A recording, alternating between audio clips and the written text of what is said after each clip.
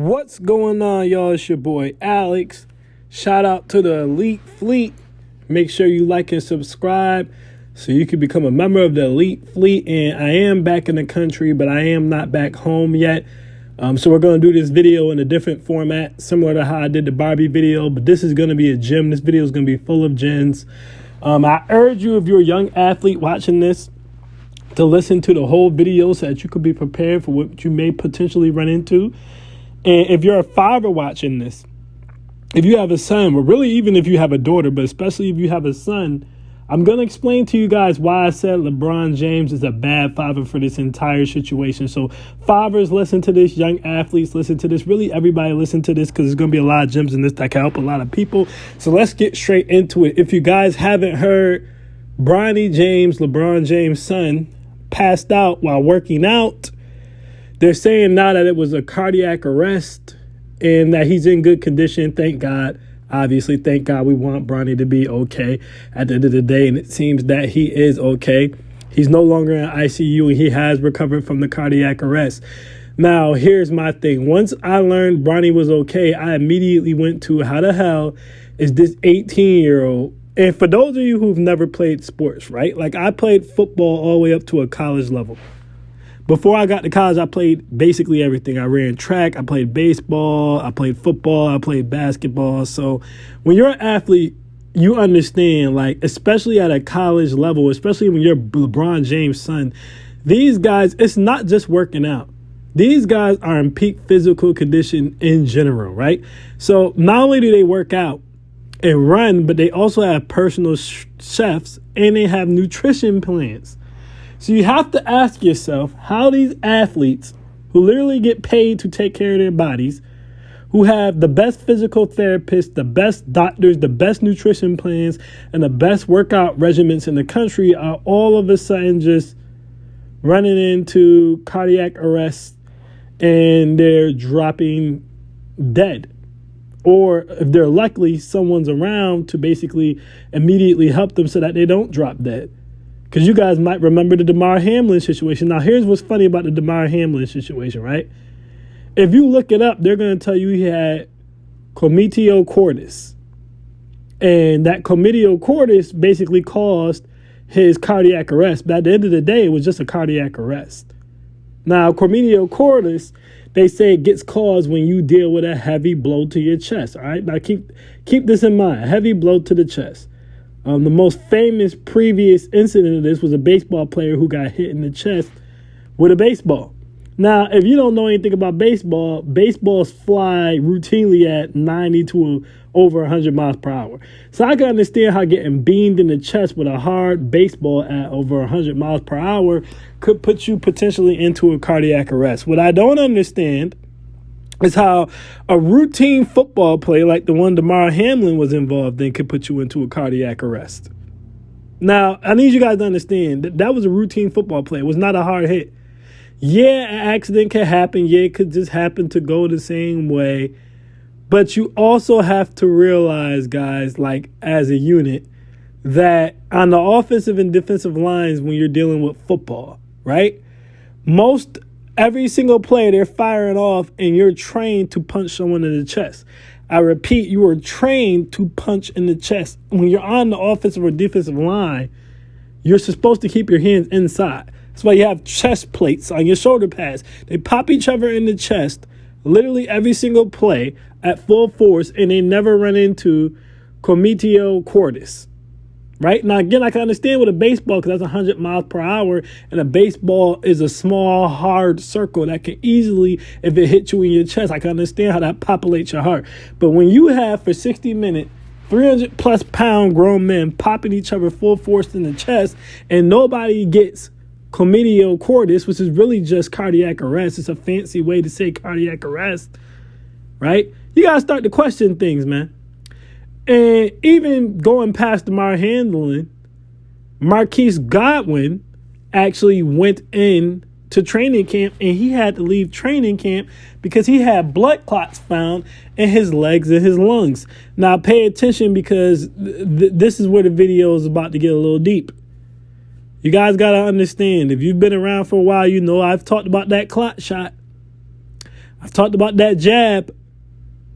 I want you guys to hear something that you might not have known. Since they started giving out those jabs, all right, there has been over 350,000 people. Let that breathe, run it back. Over 350,000 people who have experienced cardiac arrest this year outside of a hospital. 90% of those episodes are fatal. Now, I want you guys to understand something. These are peak level athletes. And it's not even just those two. I could keep giving you guys examples since this clot shot has been a thing. Jacksonville Jaguars player. Forgive me if I'm pronouncing his name wrong, but I believe it's Umichi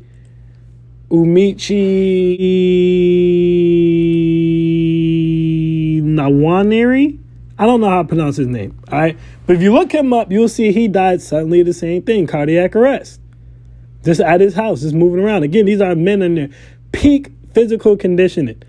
All right. There was also athlete who just passed out in the middle of a practice, a high school athlete. So this has been happening. I just gave you guys a number over 350,000, and they're predicting even more than that. So when you have a shot that a whole bunch of people were forced to take, where we didn't know the side effects of said shot, but we know for a fact that one of these shots got pulled because they were causing blood clots and because they were causing people to have heart problems. To me, it doesn't take a rocket scientist to figure out what's going on here. All right? It doesn't take a rocket scientist to figure out what's going on here. Now, listen, I told you guys before, I'm not really big on conspiracy theories, but I don't even feel like this is really a conspiracy theory. I've been talking about this for a while now. A while. You can go way back. And I'm one of the people who didn't get jabbed up. And I told people to do what's right. I never told people not to take the jab. Never told people to take it. I just told them to do what they feel is right. But I don't think that it's a coincidence that you have all these athletes with peak nutrition and peak physical shape, and all of a sudden they're just dropping dead. Now they can't do the things they've been doing their entire lives from very little contact. Very little contact. I don't think that that's a mistake. So my message to young athletes would be this. Listen, I know most young athletes have been jabbed up. They weren't letting you go on that college field. They weren't letting you go on that professional field. I don't know what they were doing in the high schools. But I don't know if they made the high school players take it or not. I think in some places they did, in some places they didn't. But I know almost every college and almost every professional sports team made people take it. And then you look at the athletes who didn't want to take it, like Aaron Rodgers and Kyrie Irving, and how they were ostracized for it and basically put through humiliation rituals, more or less, for not wanting to take it. I'm just saying. So I know most of you young athletes took this thing. And what I would suggest to you is to be very aware of how you're feeling. If you start to feel like you're going to faint, if you start to feel like you're going to pass out, just stop. Just stop. Now, listen, this isn't rocket science. If you've ever played sports before, people have told you this before. But now more than ever, my suggestion to you guys would be, if you feel like you're about to faint, if you feel like you're about to pass out, then you just need to stop, cease all activity, and sit down. Now, more importantly than ever, it's also important to make sure you're getting your physicals. It's required, at least it was when I played, probably still is, to get a physical before you participate in any sporting activities anyway. But I suggest you guys go and get a whole full checkup. Just go and get a whole full checkup on everything. Make sure you don't have any blood clots. Make sure your heart doesn't have an irregular rhythm or anything like that. That's the best that you can do at this point. But we need our young people to keep safe out there. And we need them to be aware of this, because no one else is going to talk about this. Everybody else wants to act like these are just random instances. Listen, you don't have all these people, all these athletes just passing out from doing basic activities they've been doing their entire lives all of a sudden for just no reason. You guys need to move a little bit carefully and pay a little bit more attention to your bodies, because at the end of the day, right, wrong, or indifferent, we don't really know what got put into you guys. So just be careful and just monitor it. I don't want to send anyone into a panic, because at the end of the day, if you got jabbed up, there's nothing you can do about it now. But monitor the situation. Please take care of yourselves. If you feel, now more than ever, you always should, but now more than ever, if you feel like you're about to pass out, if you feel like You're lightheaded. If you feel any type of pain, you need to sit your ass down and get checked out, all right? All that tough guy stuff, trying to push through it, not today, because we really don't know what's going on. And at the end of the day, if I'm right about my hypothesis, which I'm pretty sure that I am right about, they're not going to tell you guys what's wrong. So just take care of yourselves, all right? Control your controllables. The only thing you can control is yourself. Take care of yourself. Make sure you're on top of it. Get checked up, all right? Now, going on to LeBron James, because y'all probably like, well, what does LeBron, why are you calling LeBron James a bad dad? Why is he a bad dad? Simple. After this incident, they're saying they don't know if Bronny's going to have more heart trouble, so they don't know if they're going to okay him to play basketball again. LeBron James did, in my opinion, the worst thing you can do to your son as a father, which is LeBron James said he wants to play an NBA game with his son. Now, here's the thing. On paper, that sounds like, well, what's wrong with that, Alex? That's just a good dad. You know, that's the dream. Who wouldn't want to play with their son? If it was possible, if it was feasible, right? Who wouldn't want to play with their son? It's like a father-son business. Here's the problem. LeBron James is doing something less than 1% of the population has the ability to do. LeBron James is doing something that, if we're being honest, Bronny does not have the ability to do. If we're being honest, Bronny is not good enough to play in the NBA, guys. It's not me hating. This is me being honest. No coincidence that ever since LeBron said he wants to play with his son, now all of a sudden Bronny is shooting up all the leaderboards. Now all of a sudden Bronny is looked at as potentially a lottery pick.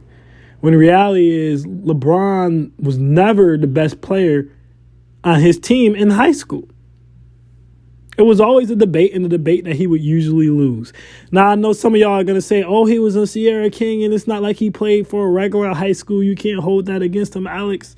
Everybody in Bronny's high school is pretty much going to go to the league. Listen, the time we're in now, everybody's playing on AAU circuits. Everybody's playing against the elite. So that's not an excuse. If you're a lottery pick, if you're the next big thing, you should have stood out by now. You should be the best player on that team. When LaMelo Ball, way back, and you're not going to be able to see it on my YouTube because I didn't have my YouTube long enough.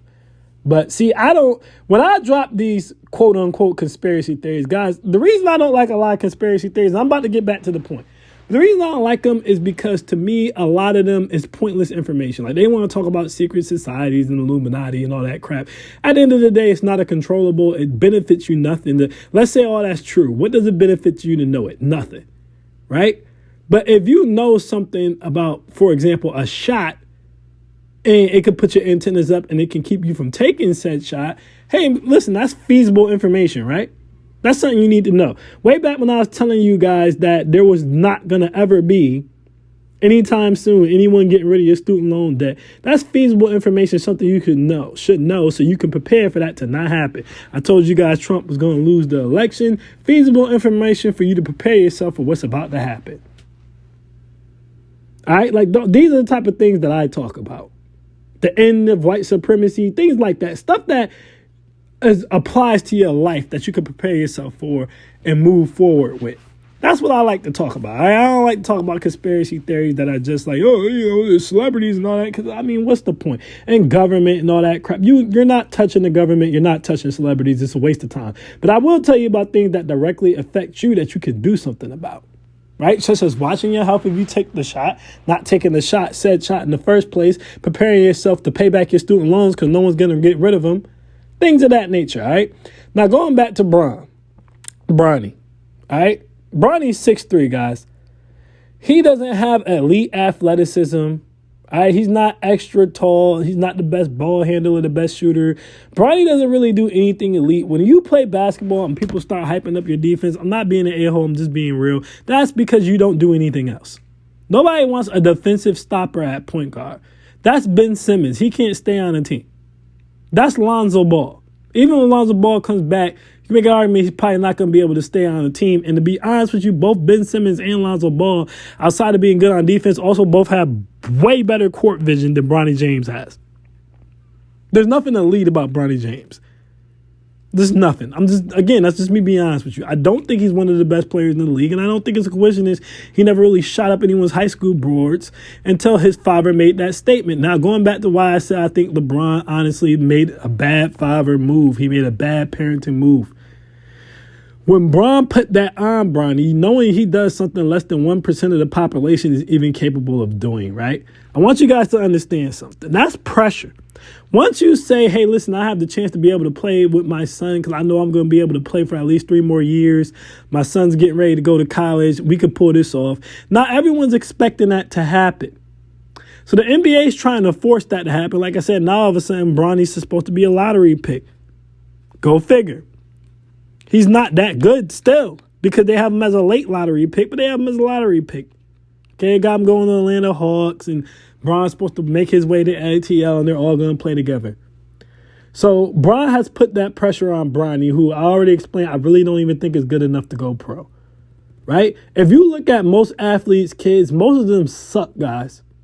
Most of them suck, especially in basketball. Michael Jordan, both his sons were trash. Like, y'all gotta understand that Scottie Pippen's son is struggling to stay in the league. He gets no playtime. Like off the top of my head, if you think about all the all-stars, right, and the all-NBA players, how many of those are other people's sons?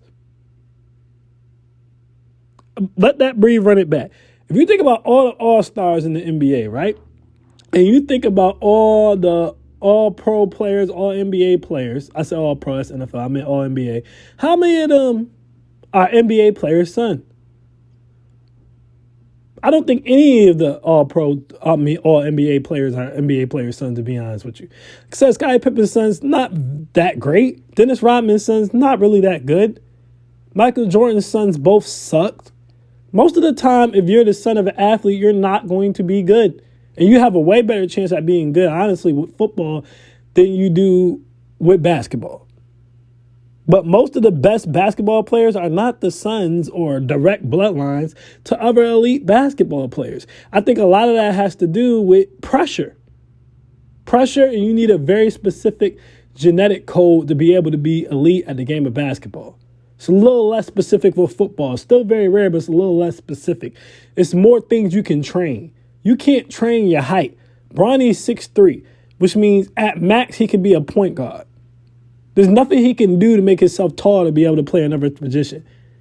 But if you're a football player, you can be super fast and be 5'11". You can be super strong and be 6'2". You know what I'm saying? So it's a little bit different. But anyway, getting back to Bron. So he put that immense amount of pressure on his son for no reason other than his own ego, other than just to want to be the guy to say, hey, I played with my son.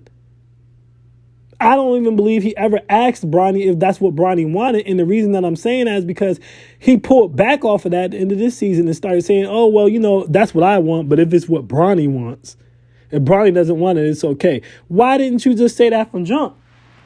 When they first asked you, hey, you want to play with your son? What you could have said and should have said is, hey, if Bronny wants that, then it's cool.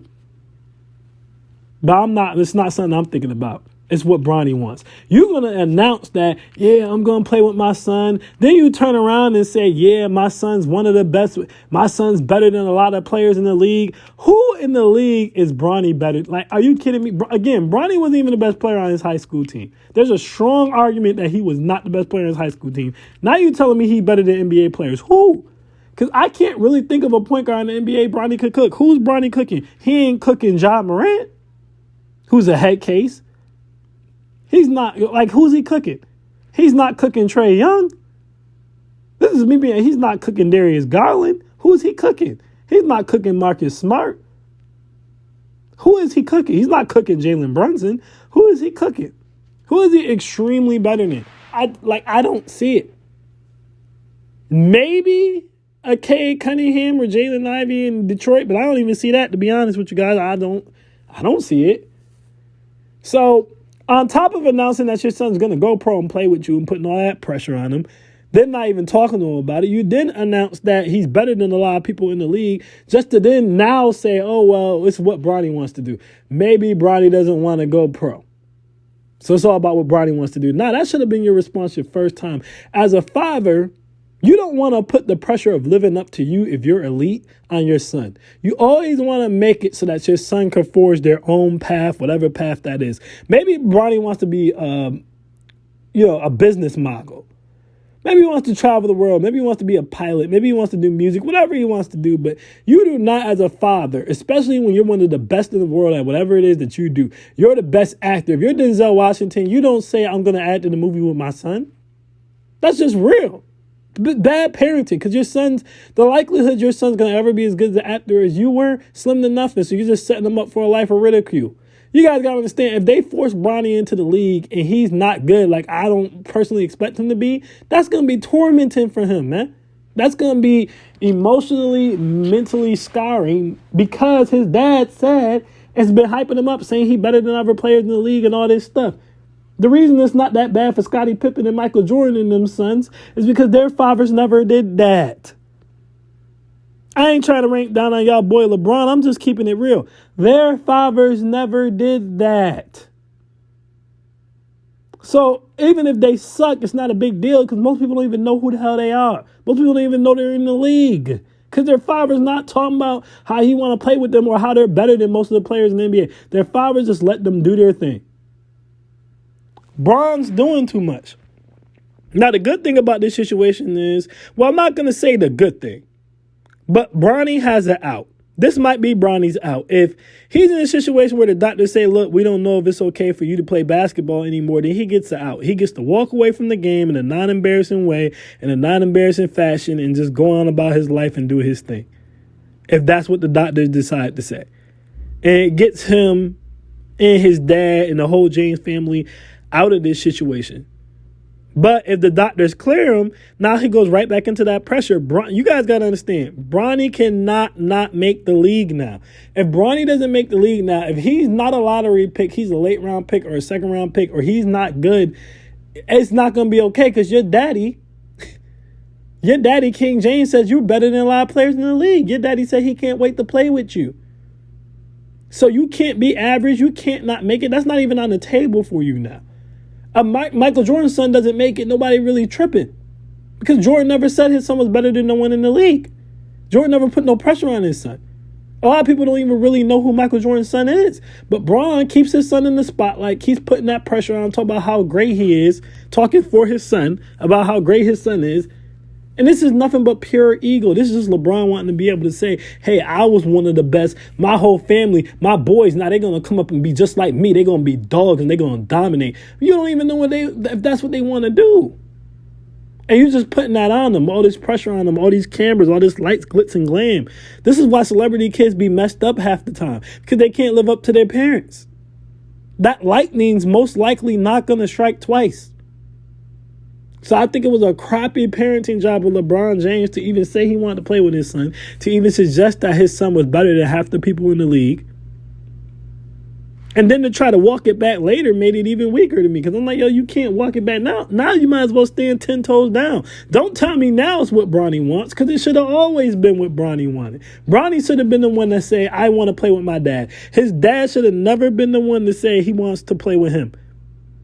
You leave that for Bronny to say. You don't say that. You don't put that on him. So, again, Bronny's okay. We're glad he's okay. Hopefully he does have the option to still keep playing basketball if that's what he wants to do.